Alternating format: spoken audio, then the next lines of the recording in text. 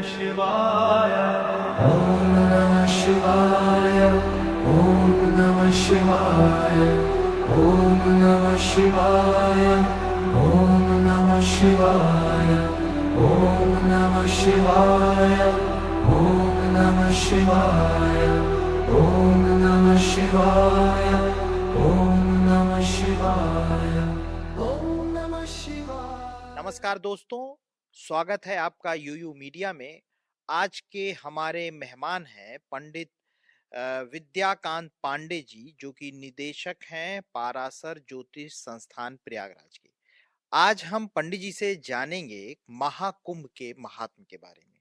तो पंडित जी, आपका बहुत बहुत स्वागत है हमारे इस धन्यवाद कार्यक्रम में। जी। और आप यहाँ आए, उसके लिए हम आभारी हैं कि आपने हमारे बुलाने पर अपना जो है कीमती समय यहाँ दिया।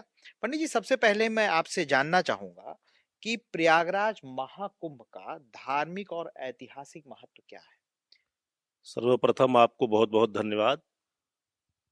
प्रयागराज के महाकुंभ पर्व का जो धार्मिक इतिहास है वह यह है कि देवताओं और राक्षसों के बीच में युद्ध चला और युद्ध में जो अमृत निकला, अमृत कलश, उसको लेकर आपस में दोनों देवताओं और राक्षसों के बीच में लड़ाई हुई। उस बीच में जो कुंभ कलश से अमृत की बूंदें गिरी, तो वो 4 जगह पर गिरी। वो 4 स्थान है प्रयागराज, नासिक, उज्जैन और हरिद्वार। तो जहां जहां अमृत की बूंदें गिरी, वहां वहां कुंभ पर्व मनाया जाने लगा। और ऐतिहासिक दृष्टि से ये देखें तो हमारे यहाँ का जो प्रयागराज का जो कुंभ है, उस कुंभ के मेले के प्रणेता राजा हर्षवर्धन है। हर्षवर्धन यहाँ पर आकर के मेले का आयोजन कराते थे और जो कुछ भी उनके राजकोष में साल भर में जो व्यवस्थाएं से धन इकट्ठा होता था, उस धन को यहाँ पर आकर के दान करते थे। यहाँ गंगा के किनारे माँ गंगा, यमुना और सरस्वती के त्रिवेणी संगम पर साधु संत महात्माओं को दान दे करके वो संतुष्ट किया करते थे। ये हमारा ऐतिहासिक जो महत्व है प्रयागराज का। पंडित जी, इसी क्रम में मेरा दूसरा सवाल है आपसे कि महाकुंभ मेले का आयोजन कितने वर्षों के अंतराल पर होता है और इसका आधार क्या है। मैं आपको बताऊं, ये जो कुंभ लगता है वो ज्योतिषीय गणना के आधार पर होता है। ज्योतिषीय गणना का आधार यह है कि वृष राशि पर जब बृहस्पति का संचरण होता है और मकर राशि पर सूर्य जब रहते हैं, तब प्रयागराज का कुंभ होता है। इस वर्ष जो है वो वृष राशि पर बृहस्पति का संचरण है और 14 जनवरी को संक्रांति है। 2:58 पर संक्रांति लग जाएगी, तो उसी तिथि से महाकुंभ का आयोजन शुरू हो जाएगा।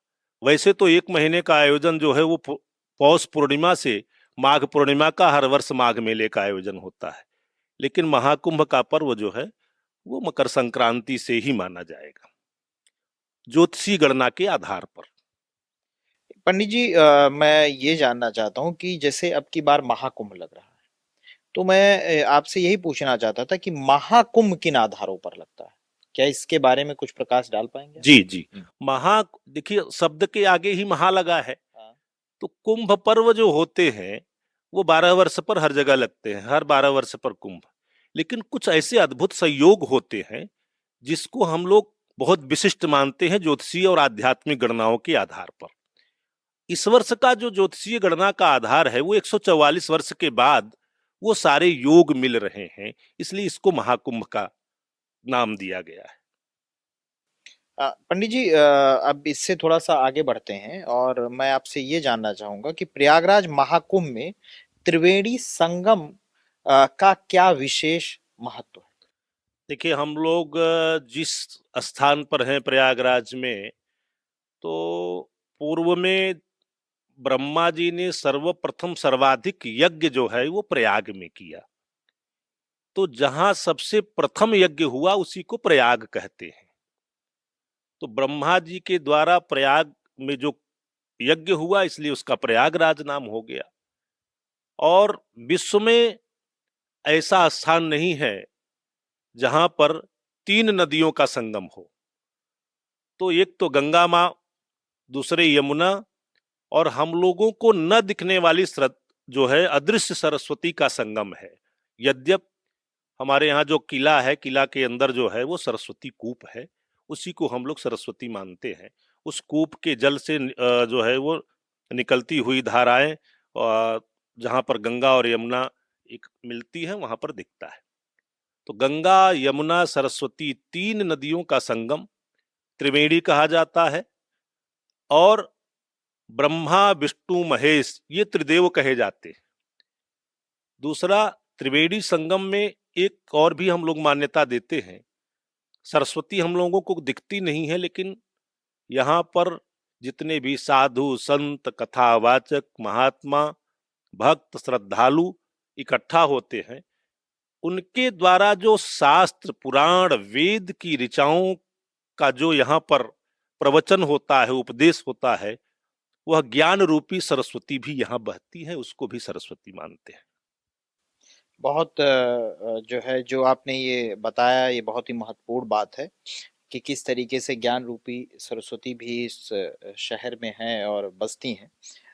आगे बढ़ते हुए मैं ये जानना चाहता हूँ कि महाकुंभ के दौरान स्नान करने से कौन-कौन से लाभ लोगों को मिलते हैं और उसमें अलग-अलग तिथियों पर अलग-अलग स्नान हैं, तो क्या उनके अलग-अलग महात्म हैं? जी जी, हाँ, ये बहुत अच्छा आपका प्रश्न है कि तिथियों पर स्नान करने का फल क्या है और करना भी क्या चाहिए उस स्नान के पर्व में। सर्वप्रथम जो हमारे 3 शाही स्नान मिलते हैं, उसको आज के समय में उसका नाम बदल दिया गया है, राजसी स्नान कर दिया गया है। महात्माओं और संतों कथावाचकों और जितने भी प्रबुद्ध लोग हैं उनकी मांग थी। तो जो सर्वप्रथम मकर संक्रांति का पर्व पड़ता है शाही स्नान का, वो 14 जनवरी को है इस वर्ष। उसमें स्नान करने का जो फल है और दान करने का जो फल है, आरोग्यता प्रदान करने का है। एक तरह से शीत ठंड जल से स्नान करना शरीर को ऊर्जा देना है। तो उस ऊर्जा के द्वारा शरीर के जितने भी रोग हैं, आरोग्यता के लिए जो है मकर संक्रांति का, उसमें जो दान करने की विधा है वो दान है तिल का दान। तिल का दान है तो पितरों की प्रसन्नता के लिए है। एक तो ये हो गया। दूसरा जो स्नान है वो अमावस्या का स्नान है। इस वर्ष की अमावस्या का जो स्नान पर्व है वो 29 जनवरी को। 29 जनवरी को स्नान का जो महत्व है, अमावस्या जो है वो पितरों के निमित्त होती है। तो अपना भी और अपने पितरों को मोक्ष देने के लिए उस तिथि पर स्नान किया जाता है और तर्पण किया जाता है, उनको जल दिया जाता है और तिल का दान भी किया जाता है।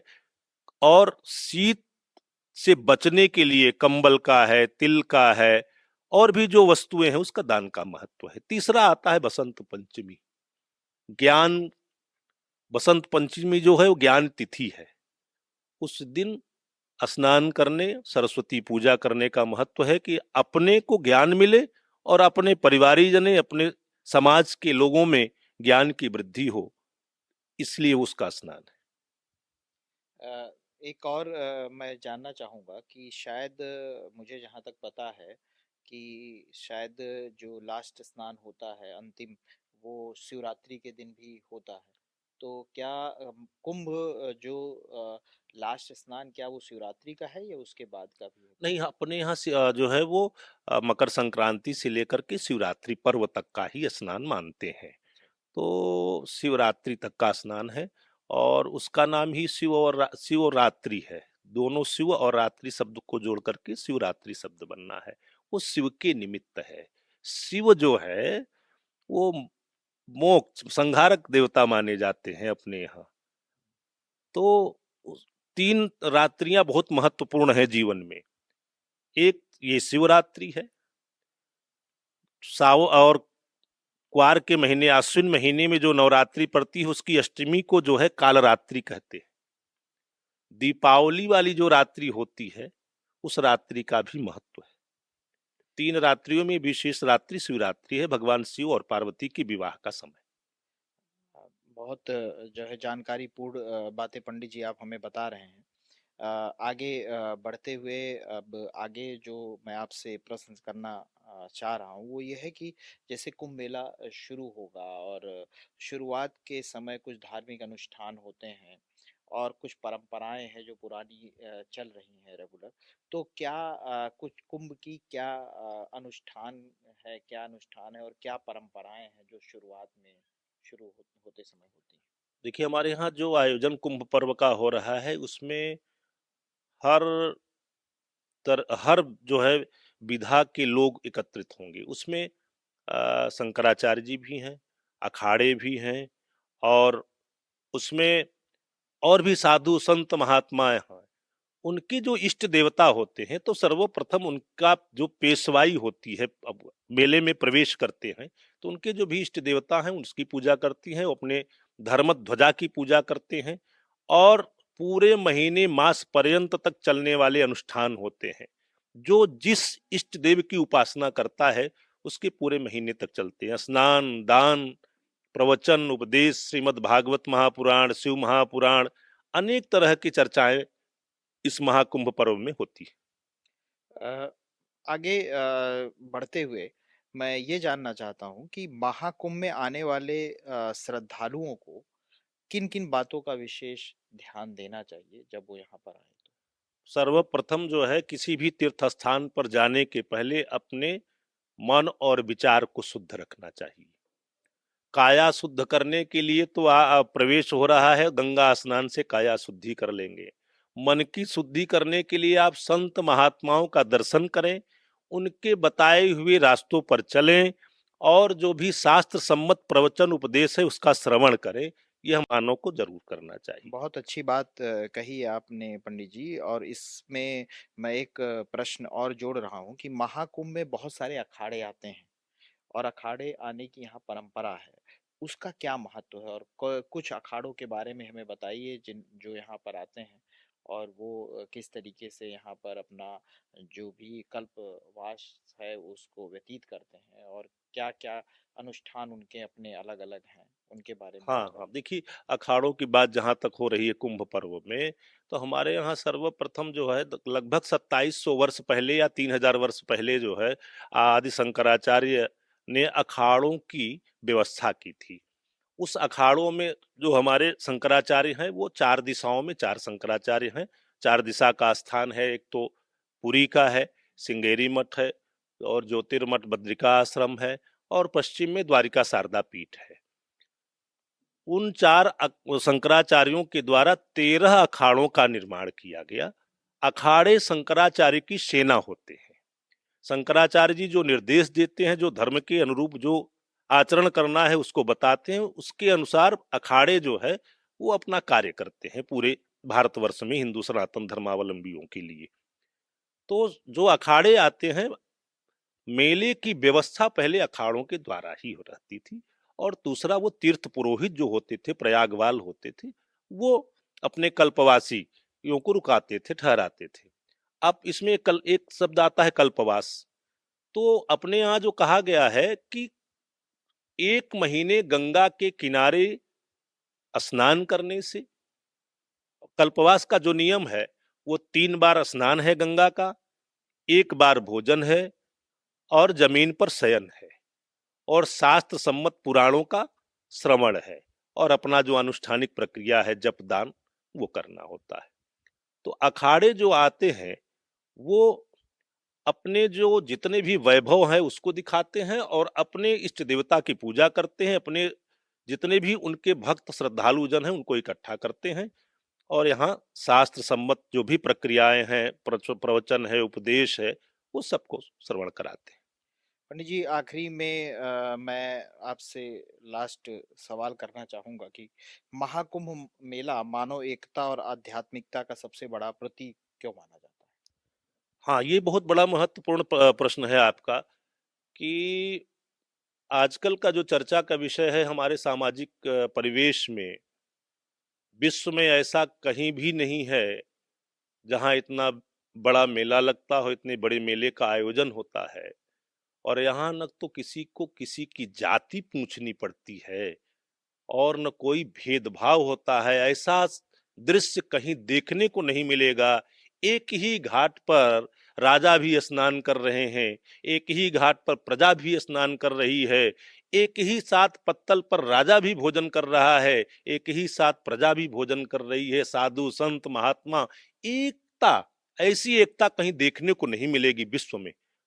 यह प्रश्न करने वाले जितने भी लोग होंगे हमारे सनातन धर्म के खिलाफ या विरोध में, उनको देखना चाहिए कि गंगा के तट पर आपको कैसी एकता मिलती है, किसी तरह का भेदभाव नहीं मिलेगा। पंडित जी, आपसे इतनी सारी जानकारी मिली हम लोगों को महाकुंभ के बारे में। वो सबसे बड़ी बात पंडित जी ने जो बताई मेरे आखिरी सवाल पर कि यह महाकुंभ मेला मानव एकता के लिए है, आध्यात्मिकता के लिए है। और जो कुछ भी आपने अभी तक पंडित जी से जाना, मैं चाहूंगा उसे आत्मसात करिए। पंडित जी ने हर एक सवाल का बहुत ही एक तरीके से अच्छे तरीके से बताया। पंडित जी, आप हमारे कार्यक्रम में आए, उसके लिए बहुत बहुत आपका धन्यवाद। हम फिर आपसे कभी जुड़ना चाहेंगे किसी अलग विषय पर। बहुत बहुत धन्यवाद। जरूर, जरूर, धन्यवाद। Om